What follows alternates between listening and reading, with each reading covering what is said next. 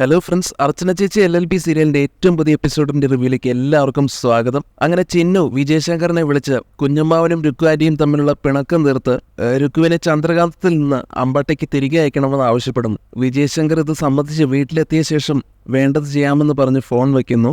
വിജയശങ്കർ മനസ്സിൽ വിചാരിക്കുന്നത് ചിന്നുവിനെ തന്നിലേക്ക് അടുപ്പിക്കാനുള്ള ഒരു മികച്ച അവസരമാണിതെന്നാണ്. അങ്ങനെ വിജയശങ്കർ വീട്ടിലെത്തുമ്പോൾ ചന്ദ്ര രുക്കു വന്നതും അച്ചു അവളെ തല്ലിയതും അർച്ചനയും അച്ചുവും രുക്കുവിനെ കൊണ്ടുപോകാൻ വന്നതും എല്ലാം വിശദീകരിച്ച് പറഞ്ഞു കൊടുക്കുകയാണ് വിജയശങ്കറിന്. വിമലയും സത്യനും അപ്പോഴേക്കും അവിടെ എത്തുന്നു. ഗാർഹിക പീഡനത്തിന് അർച്ചനയ്ക്കും കുടുംബത്തിനുമെതിരെ കേസ് കൊടുക്കാൻ പറ്റിയ സമയമാണിതെന്ന് ചന്ദ്ര വിജയശങ്കറിനോട് പറയുന്നു. എന്നാൽ വിജയശങ്കർ ചന്ദ്രയാണ് കുറ്റപ്പെടുത്തുന്നത്. തെറ്റ് ചെയ്തത് അവളാണെന്നും രുക്കുവിനെ എന്തിനാണ് വീട്ടിൽ കയറ്റിയതെന്നും ചോദിക്കുന്നു. രുക്കുവിനെ വിളിച്ച് കാര്യങ്ങൾ ചോദിക്കാമെന്ന് അദ്ദേഹം പറയുന്നു. അങ്ങനെ രുക്കു അങ്ങോട്ട് വരുമ്പോൾ വിജയശങ്കർ അവളെ ചോദ്യം ചെയ്യുകയാണ്. ഭർത്താവിന്റെ കൂടെ താമസിക്കാൻ വിവാഹം കഴിച്ച നീ എന്തിനാണ് തല്ല് കിട്ടിയപ്പോൾ ഇറങ്ങിപ്പോന്നത്? തെറ്റുകാർ നിങ്ങളാണ്. ഇവളെ വീട്ടിൽ കയറ്റിയ നിങ്ങൾ എന്റെ അനുവാദം ചോദിച്ചില്ല. പ്രശ്നങ്ങൾക്ക് കാരണം ഇവളുടെ കള്ള ഗർഭനാടകമല്ലേ? അച്ചു വന്നു വിളിച്ചപ്പോൾ അമ്പാട്ടിലേക്ക് നീ പോവുകയായിരുന്നു ചെയ്യേണ്ടിയിരുന്നതെന്നെല്ലാം പറഞ്ഞ് രുക്കുവിനെ കണക്കിന് കുറ്റപ്പെടുത്തുന്നുണ്ട് നമ്മുടെ വിജയശങ്കർ. എന്നാൽ അപ്പോഴും രുക്കു തന്റെ വാശിയിൽ തന്നെ ഉറച്ചു നിൽക്കുകയാണ്. നാണം കെട്ട് താൻ അങ്ങോട്ട് തിരികെ പോവില്ലെന്ന് തന്നെ രുക്കു മറുപടി കൊടുക്കുന്നു. അച്ചു വേണമെങ്കിൽ ഇവിടെ വന്ന് താമസിക്കട്ടെ എന്നും അവൾ പറയുന്നുണ്ട്. ഇതോടെ ചന്ദ്രയും സത്യനും ഒക്കെ വിജയശങ്കറിനെയാണ് കുറ്റപ്പെടുത്താൻ ശ്രമിക്കുന്നത്.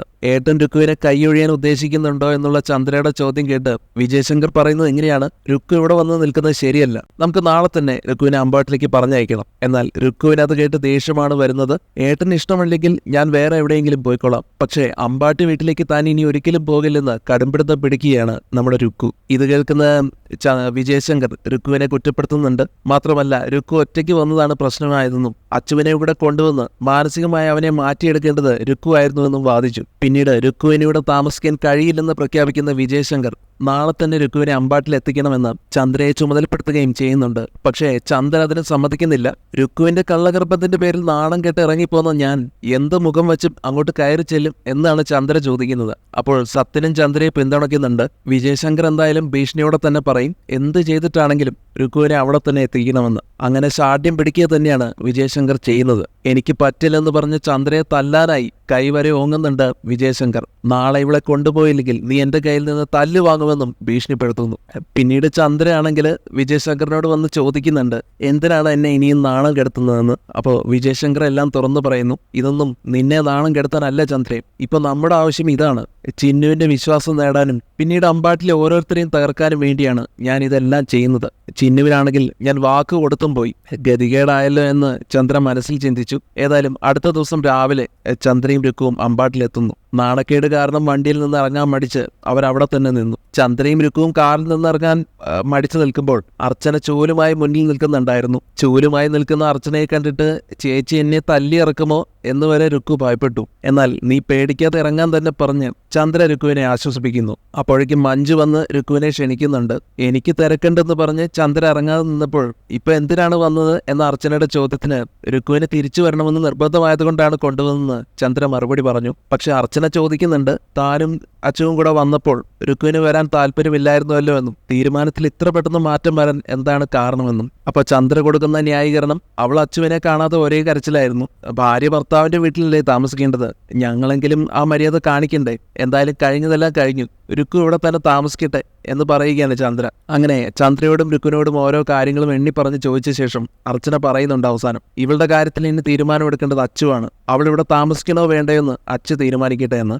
ശേഷം അർച്ചന അച്ചുവിനെ വിളിക്കാൻ അകത്തേക്ക് പോയി. ഇതേ സമയം മഞ്ജു ചന്ദ്രയും രുക്കുവിനെയും അകത്തേക്ക് ക്ഷണിക്കുന്നുണ്ടായിരുന്നു. അർച്ചന ചേച്ചിയുടെ വാക്കുകളൊന്നും നിങ്ങൾ കേൾക്കണ്ട, അച്ചുവല്ലേ അവന്റെ മനസ്സ് മാറിക്കോളും എന്നൊക്കെ അവരോടായിട്ട് പറയുമ്പോൾ അപ്പോഴേക്കും മുകുന്ദനും രമ്യയും എത്തി. രുക്കു അങ്ങോട്ട് വരില്ലെന്ന് പറഞ്ഞിട്ട് ഇപ്പോൾ സാധനങ്ങൾ എടുക്കാൻ വന്നതാണോ എന്ന് മുകുന്ദൻ ചോദിച്ചപ്പോൾ രുക്കു ഇവിടെ താമസിക്കാൻ തന്നെ വന്നതാണെന്നാണ് ചന്ദ്ര മറുപടി കൊടുത്തത്. ചിന്നുവിനാണെങ്കിലും സന്തോഷമായി. ചിന്നു ഓടി വന്ന് സന്തോഷത്തോടെ രുക്കുവിനെ കണ്ടു. അച്ഛൻ വാക്ക് പാലിച്ചു, അച്ഛനായിരിക്കും രുക്കു ആന്റിയെ പറഞ്ഞു വിട്ടത് എന്ന് അങ്ങനെയാണ് ചിന്നു വിശ്വസിച്ചത്. പിന്നീട് അച്ചു വന്നപ്പോൾ രുക്കു കരഞ്ഞുകൊണ്ട് അച്ചുവിന്റെ അടുത്തേക്ക് ഓടിച്ചെല്ലാനൊക്കെ ശ്രമിക്കുന്നുണ്ട്. എന്നാൽ അച്ചു അവളെ തടഞ്ഞു നിർത്തി. നീ ഇവിടെ വരണമെന്ന് എനിക്ക് ആഗ്രഹം ഉണ്ടായിരുന്നു, പക്ഷേ എന്നേക്കാൾ ആഗ്രഹം എൻ്റെ ചേച്ചിക്കായിരുന്നു. ചേച്ചിയുടെ നല്ല മനസ്സുകൊണ്ടാണ് ഞങ്ങൾ അന്ന് നിന്റെ വീട്ടുപടിക്കൽ വന്നത്. പക്ഷേ നിങ്ങൾ എൻ്റെ ചേച്ചിയെ അപമാനിച്ചു. അതെങ്ങനെ ഞാൻ മറക്കും? ഇനി കോംപ്രമൈസ് ഇല്ല. ഇവളെ സ്വീകരിക്കണമോ എന്ന കാര്യത്തിൽ എനിക്കൊന്ന് ആലോചിക്കണമെന്ന് അച്ചു പറഞ്ഞു. ഇത് കേട്ട് രുക്കും ചന്ദ്രയൊക്കെ അങ്ങോട്ട് ഞെട്ടിപ്പോയി. അച്ചു, നീ എന്നെ ഉപേക്ഷിച്ചാൽ ഞാൻ എവിടെയെങ്കിലും പോയി ചാവും. നാണം കെട്ട് വന്ന എന്നെ നീ ഇറക്കി വിടുമോ? ഇങ്ങനെ പറഞ്ഞ് നമ്മുടെ രുക്കു കൈകൂപ്പി കരയുന്നുണ്ട്.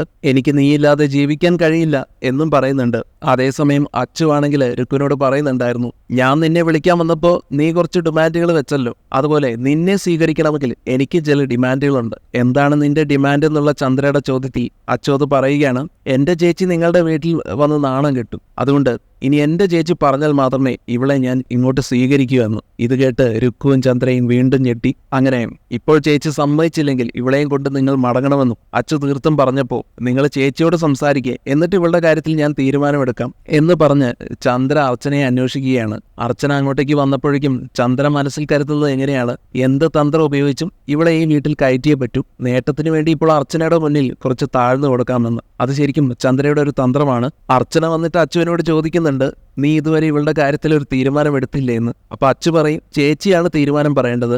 എന്ത്, നിന്റെ ഭാര്യയെ സ്വീകരിക്കണോ വേണ്ടയോ എന്ന് നീയാണ് തീരുമാനിക്കേണ്ടത്, ഇതിന് എനിക്കെന്താണ് റോൾ എന്ന അർച്ചനയുടെ ചോദ്യം കേട്ട് അച്ചു തന്റെ തീരുമാനം അറിയിക്കുകയാണ്. ചേച്ചി പറയാതെ രുക്കുവിനെ ഞാൻ താമസിപ്പിക്കില്ല ഇവിടെ എന്ന്. ചന്ദ്രയാണെങ്കിലും അർച്ചനയുടെ കൈകളിലെല്ലാം പിടിച്ച് വിനയത്തോടെ സംസാരിക്കുകയാണ്. അർച്ചനെ, ഞങ്ങൾ നിന്നോട് അപമര്യാദയായി പെരുമാറിയതിൽ ഞാൻ നിന്നോട് ക്ഷമ ചോദിക്കുന്നു. രുക്കുവിനെ അമ്പാട്ടുകാർ ഉപേക്ഷിക്കരുത്. ഇനി ഇവളുടെ ഭാഗത്തു നിന്ന് ഇങ്ങനെയൊന്നും ഉണ്ടാവില്ല. ഞാൻ വാക്ക് തരുന്നു, എല്ലാത്തിനും നീ മാപ്പ് നൽകണമെന്ന് പറഞ്ഞ് അർച്ചനയുടെ മുമ്പിൽ മാപ്പ് അപേക്ഷിക്കുകയാണ് ചന്ദ്ര.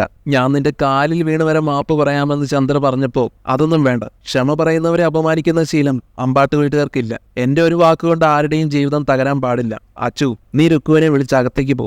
ഇത് കേട്ടതും സന്തോഷം കൊണ്ട് രുക്കു കരഞ്ഞു പോവുകയാണ്. അങ്ങനെ അച്ചു രുക്കുവിന്റെ അടുത്തേക്ക് ചെന്ന് പറഞ്ഞു, എന്റെ ചേച്ചി പറഞ്ഞതുകൊണ്ട് മാത്രമാണ് ഞാനിപ്പോൾ നിന്നെ സ്വീകരിച്ചിരുന്നത്. എല്ലാം എടുത്തുകൊണ്ട് അകത്തേക്ക് വാ. അതും പറഞ്ഞ് അച്ചു അകത്തേക്ക് പോയപ്പോൾ താങ്ക്സ് ചേച്ചി എന്ന് പറഞ്ഞ് രുക്കുവും പിന്നാലെ പോയി. ചന്ദ്രയാണെങ്കിലും പിന്നീട് ശരി അർച്ചനെ, ഞാൻ ഇറങ്ങുകയാണെന്ന് പറഞ്ഞ് കാറിലേക്ക് കയറാനായി നടന്നപ്പോൾ മനസ്സിലുള്ള ചിന്ത ഇങ്ങനെയാണ്, നീ എന്നെ കൊണ്ടിപ്പോൾ തല കുനിപ്പിച്ചു, ഇതുപോലൊരു ദിവസം എനിക്കും വരുവടി. നീ എന്റെ മുന്നിൽ തല കുനിക്കും, അതിനുള്ള അവസരം ഞാൻ ഉണ്ടാക്കും. അന്ന് ഇതുപോലെ തന്നെ ഞാൻ നിന്നെ നാണം കെടുത്തു അർച്ചനെ.